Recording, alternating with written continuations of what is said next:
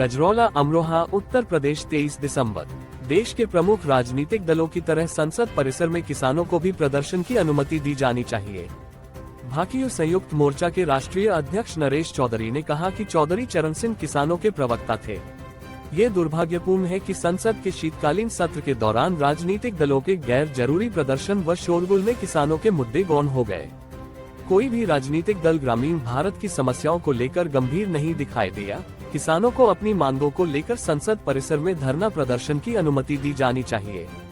धरती पुत्र, किसान कामगारों के समर्थक, सादा जीवन उच्च विचार को जीवन पर्यंत निभाने वाले पूर्व प्रधानमंत्री भारत रत्न चौधरी चरण सिंह के जन्म दिवस के मौके पर भारतीय किसान यूनियन संयुक्त मोर्चा द्वारा गांव और किसानों की खुशहाली के लिए इंदिरा चौक गजरौला में हवन यज्ञ आदि कर किसान शक्ति के रूप में मनाते हुए संकल्प लिया गया कि हम अपनी धरोहर, संस्कृति और सामुदायिक संपदा की प्राण प्रण से रक्षा करेंगे।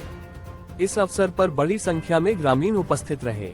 अपने संबोधन में भाकियू संयुक्त मोर्चा के राष्ट्रीय अध्यक्ष नरेश चौधरी ने कहा कि गाँव और किसानों का प्रतिनिधित्व करने का दम भरने वाले सांसद, विधायक सभी अपनी अपनी पार्टी के लीडर हैं, परंतु चौधरी चरण सिंह की तरह गांव व किसान के लीडर नहीं है। उन्होंने किसान जागरण के लिए 13 अक्टूबर 1979 को असली भारत साप्ताहिक अखबार शुरू किया था। उनसे मिलने जब गांवों से लोग आते थे, वह उनसे कहते थे कि किराए पर इतना पैसा और समय खर्च करने के बजाय यही बात एक पोस्ट कार्ड पर लिख भेजते तो तुम्हारा काम हो जाता। इस तरह राजनेताओं को उनसे प्रेरणा लेकर काम करने चाहिए। नरेश चौधरी ने कहा कि सांसदों व विधायकों को किसानों की अपेक्षाओं एवं आकांक्षाओं व शक्ति का आभास कराने के लिए चौधरी चरण सिंह के जन्मदिवस को किसान शक्ति के रूप में मनाने का फैसला लिया गया। उन्होंने कहा कि हमारे संप्रभु अधिकारों के अंतर्गत सांसदों, विधायकों को उनकी जवाबदेही एवं कर्तव्यों का बोध कराना आवश्यक है। कहा कि चौधरी चरण सिंह को भारत रत्न से सम्मानित करने वाली वर्ष 2014 में बनी केंद्र सरकार से उम्मीद जगी थी कि वह चौधरी चरण सिंह की नीतियों को लागू करने के साथ किसान हित में काम करेगी, परंतु पेट्रोल, डीजल, खाद, बिजली, सिंचाई समेत खेती लागत में वृद्धि के साथ कमरतोड़ महंगाई एवं बेरोजगारी ने ग्रामीणों की उम्मीदों पर पानी फेर गया। मौजूदा हालात ने लोगों का जीना मुहाल कर दिया। नरेश चौधरी ने आगे कहा कि प्रदेश में युवा मतदाताओं की कुल संख्या करीब 771 करोड़ है। कुल मतदाताओं में से इनकी संख्या लगभग 50% के आसपास है, लेकिन इनकी सुध लेने वाला कोई नहीं। लोग अपने आप को ठगा महसूस कर रहे हैं। लगता है कि मौजूदा सरकार पिछले चुनावों में किए अपने वादों से मुकर गई है। किसानों को उनका वाजिब हक देने में आनाकानी की जा रही है। सरकार की फ्लैगशिप योजनाएं विफल साबित हो रही हैं। सीमांत जोत पर आधारित किसान परिवार की आमदनी राज्य सरकार के बाबू के मासिक वेतन से कम है। लघु एवं सीमांत कृषक ग्रामीण संसाधन का लगभग 85% हिस्सा है। उन्होंने कहा कि सामान्य किसान ऋण के बोझ से दबा रहता है। देश के 35,000 करोड़ के उन्नत बीज के व्यवसाय में उत्तर प्रदेश के किसानों की भागीदारी शून्य है। दुर्भाग्यपूर्ण है कि बुआई के समय DAP नहीं और सिंचाई के समय यूरिया नहीं। खाद के लिए काले बाजार में खरीदने के लिए मजबूर होना पड़ रहा है। इस तरह खरीफ और रबी की दोनों फसलों में किसानों को दोनों हाथों लूटा जाता है।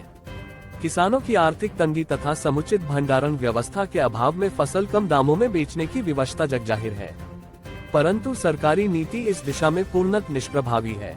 उन्होंने कहा कि इंडोनेशिया और मलेशिया जैसे छोटे देशों से लाखों मीट्रिक टन खाद्य तेलों का आयात किया जाता है। अरबों डॉलर विदेश में खपाने के बजाय बुंदेलखंड एवं ब्रज क्षेत्र के किसानों के लिए योजना बनाकर कार्यक्रम लागू किया जाए तो प्रदेश का किसान संपन्न होगा। वहीं दूसरी ओर देश खाद्य तेलों में आत्मनिर्भर हो जाएगा। कृषि प्रधान देश को अभी भी आयात पर निर्भर रहना पड़ रहा है और किसानों की हालत बद से बदतर होती जा रही है। उन्होंने कहा कि मौजूदा पेराई सत्र में गन्ना मूल्य घोषित नहीं कर किसानों के साथ छल किया गया है, जबकि गन्ना उत्पादन लागत अप्रत्याशित रूप से बढ़ी है। श्री नरेश चौधरी ने कहा कि खेती के प्रति सरकार की उदासीनता का आलम यह है कि समस्त कृषि कार्यक्रम केंद्र व राज्य सरकार स्तर पर बजट के प्रावधानों में उलझ कर रह जाते हैं। उन्होंने सरकार से मांग की कि भूमाफियाओं को अनुचित लाभ पहुंचाने के लिए कृषि भूमि का अधिग्रहण बंद हो। कृषि क्षेत्र में पूंजी निवेश बढ़ाकर सिंचाई की आधुनिक तकनीकी युक्त सुविधाएं किसानों को उपलब्ध कराई जाएं। विपणन व्यवस्था को और अधिक व्यवहारिक बनाकर कृषि उपज का लाभकारी मूल्य पर भुगतान सुनिश्चित किया जाए। कृषक को बिचौलियों की लूट से मुक्त कर नीति में सुधार किया जाए।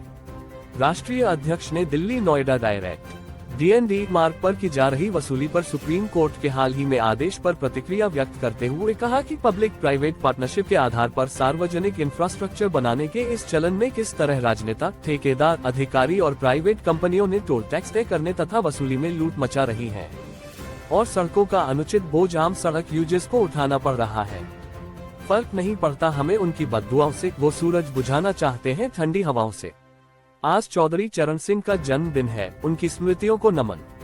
इस अवसर पर भाकियू संयुक्त मोर्चा राष्ट्रीय मुख्य सचिव अरुण सिद्धू, राष्ट्रीय उपाध्यक्ष विजयवीर सिंह, राष्ट्रीय सचिव चंद्रपाल सिंह, युवा राष्ट्रीय उपाध्यक्ष देवेंद्र सिंह, मंडलाध्यक्ष मयंक धारीवाल, युवा प्रदेश अध्यक्ष रवि चौधरी, प्रसिद्ध समाजसेवी राजकुमार अग्रवाल, अतुल चौधरी, अंकित देओल, प्रिंस चौधरी, मोनिश, तरुण त्यागी, हाजी अब्दुल सलाम, कामिल चौधरी, अमित चीमा, इकबाल चौधरी, प्रिंस चौधरी, संजीव चौधरी, विकास चौधरी, महावीर सिंह, नितिन गोस्वामी, देशवीर सिंह, तस्लीम चौधरी आदि किसान उपस्थित रहे। अमरोहा से ब्यूरो चीफ नरेश सागर की खास रिपोर्ट।